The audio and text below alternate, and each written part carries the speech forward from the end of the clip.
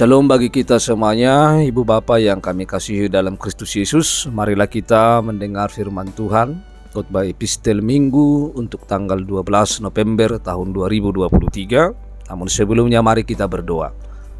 Damai sejahtera dari Allah Bapa yang melampaui segala akal, itulah yang akan memelihara hati dan pikiran kita dalam Kristus Yesus Tuhan kita.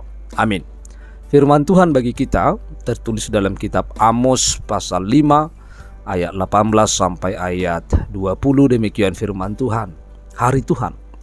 Celakalah mereka yang menginginkan hari Tuhan. Apakah gunanya hari Tuhan itu bagimu? Hari itu kegelapan bukan terang. Seperti seorang yang lari terhadap singa, seekor beruang mendatangi dia. Dan ketika ia sampai ke rumah, bertopang dengan tangannya ke dinding, seekor ular memaguk dia.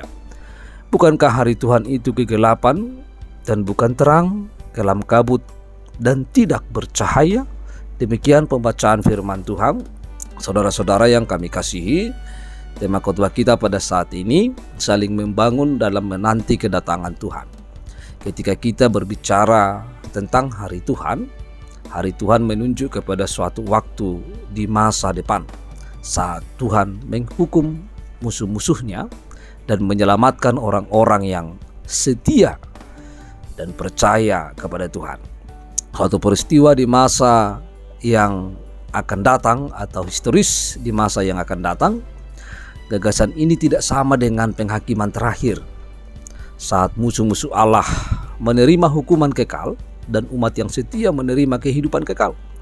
Hari Tuhan juga dilukiskan sebagai saat ketika Allah memulihkan umat Israel dan Yehuda serta menyelamatkan orang-orang yang setia kepadanya. Pemulihan ini terjadi setelah waktu penghukuman. Maka setelah ada penghukuman, ada masa pemulihan.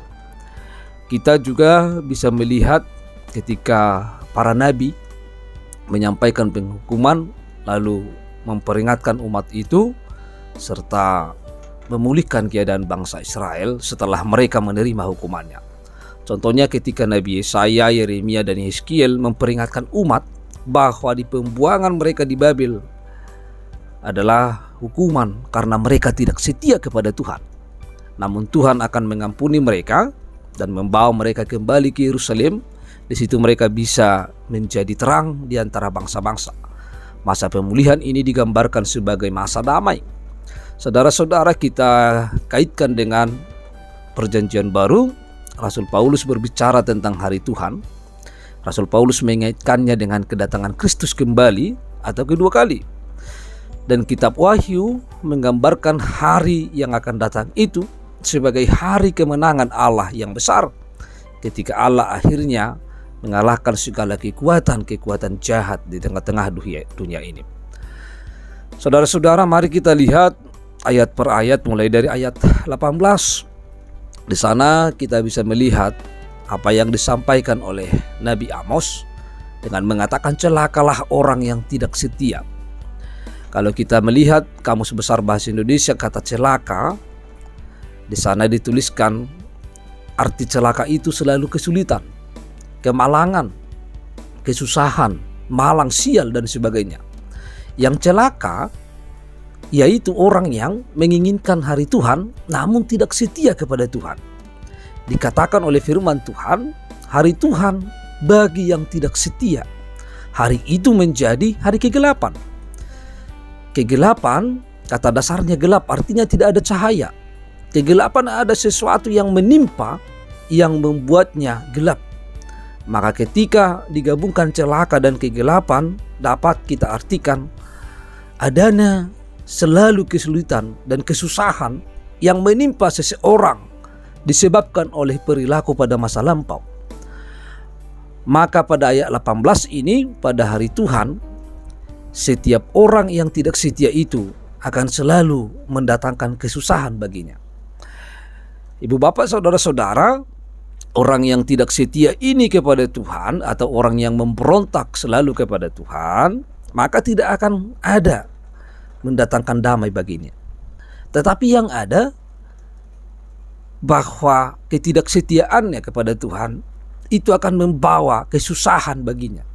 Maka lebih baik kita setia kepada Tuhan supaya kita tidak selalu susah, supaya kita tidak selalu mengalami kesulitan-kesulitan atau sial di tengah-tengah kehidupan kita sehari-hari. Lalu kita lanjutkan dengan ayat 19. Celaka atau kesusahan yang dialami oleh orang yang tidak setia kepada Tuhan dijelaskan pada ayat 19 ini, yang menggambarkan kesusahan itu melingkupi seluruh hidup. Dikatakan yang pertama, seorang yang lari terhadap singa. Yang kedua, seekor beruang mendatangi dia. Yang ketiga, di rumah seekor ular membaguk dia. Ini menggambarkan kemanapun dia pergi selalu dilingkupi kesusahan. Orang yang lari terhadap singa berarti seseorang itu yang membuat kesusahannya sendiri. Dia mencari kesusahannya karena dia tidak setia. Artinya karena ulah manusia itu sehingga manusia itu susah. Karena perbuatannya yang tidak benar, maka dia yang membuat hidupnya susah. Kalaupun dia tidak mencari kesusahan, namun dia didatangi oleh beruang atau kesusahan itu sendiri. Bahkan di rumahnya dia tidak bisa damai. Artinya dalam semua kehidupan, baik di pekerjaan, baik dalam kehidupan sehari-hari maupun di rumah atau di lingkungan dimanapun, dia selalu mengalami kesusahan. Tidak ada ketenangan, tidak ada damai sejahtera dalam kehidupannya, karena memang dia tidak setia kepada Tuhan. Maka ketidaksetiaan dan pemberontakan dan dosa kepada Allah dan perilaku manusia yang tidak benar di hadapan Allah itu hanya mendatangkan kesusahan bagi seluruh kehidupan. Karena Tuhan adalah pemilik kehidupan ini. Maka sungguh sangat malang keadaan orang yang tidak setia kepada Tuhan. Ibu bapak saudara-saudara, dalam ayat 20 menjelaskan kembali kegelapan itu yang datang kepada setiap orang yang tidak percaya kepada Tuhan. Kita bisa melihat tadi, bukankah hari Tuhan itu kegelapan dan bukan terang, kelam, kabut dan tidak bercahaya. Ini adalah perkataan ini tentu kepada orang-orang yang tidak setia, kepada orang yang memberontak, kepada orang yang selalu mengandalkan kekuatannya dan hidupnya di tengah-tengah dunia ini. Ibu bapak saudara-saudara yang kami kasihi, sungguh sangat jelas apa yang dijelaskan tadi di atas, bahwa celaka itu menggambarkan sesuatu kehidupan yang tidak pernah damai, tetapi selalu hidupnya susah. Lalu sesuai dengan tema khotbah kita pada saat ini, saling membangun dalam menantikan kedatangan Tuhan. Hidup ini adalah kesempatan. Kesempatan untuk apa? Kesempatan yang kita gunakan dalam hidup ini, jangan kita pakai kesempatan ini untuk berbuat dosa. Jangan kita pakai kesempatan ini untuk melakukan yang jahat. Tetapi pakai kesempatan ketika kita masih hidup untuk memperbaiki diri. Perbaikilah diri kita selagi masih ada kesempatan yang diberikan oleh Tuhan. Jangan sampai celaka, kesusahan datang menghampiri diri kita karena ulah dan perilaku kita yang tidak benar. Firman ini mengingatkan kita beberapa hal. Yang pertama, mari kita membangun relasi yang intim kepada Tuhan dengan setia melakukan kehendak-Nya, supaya hari Tuhan itu di masa yang akan datang, ketika tiba waktunya, kita tidak celaka, tetapi hari Tuhan itu menjadi terang bagi kita. Kalau kita setia kepada firman-Nya dan tetap percaya, maka hari Tuhan itu menjadi terang bagi kita, bukan kegelapan, bukan hukuman, tetapi kasih karunia yang akan diberikan bagi kita. Yang kedua, orang yang menantikan Tuhan dengan membangun dirinya, hubungannya kepada Tuhan dan hubungan kepada manusia akan bersukacita di hari Tuhan. Membangun dirinya artinya selalu percaya kepada Tuhan.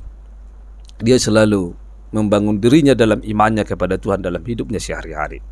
Lalu yang ketiga, tetaplah kita setia kepada firman Tuhan dan menantikan kedatangan Tuhan. Setia melakukan kehendak-Nya, setia melakukan kebaikan, setia juga hidup di dalam terang Kristus. Maka tidak ada alasan bagi kita untuk tidak setia, supaya kita tidak celaka. Biarlah kita ketika hari Tuhan tiba, bahwa kita adalah orang yang bersuka cita karena kita diselamatkan, karena kita tetap percaya kepada Yesus. Amin, kita berdoa. Ya Tuhan Allah Bapa kami yang di surga, kami telah mendengar firman-Mu, Biarlah Tuhan yang mengajarkan kami untuk tetap setia kepada firman-Mu dalam setiap hidup kami. Dalam nama Kristus Yesus kami telah berdoa. Amin.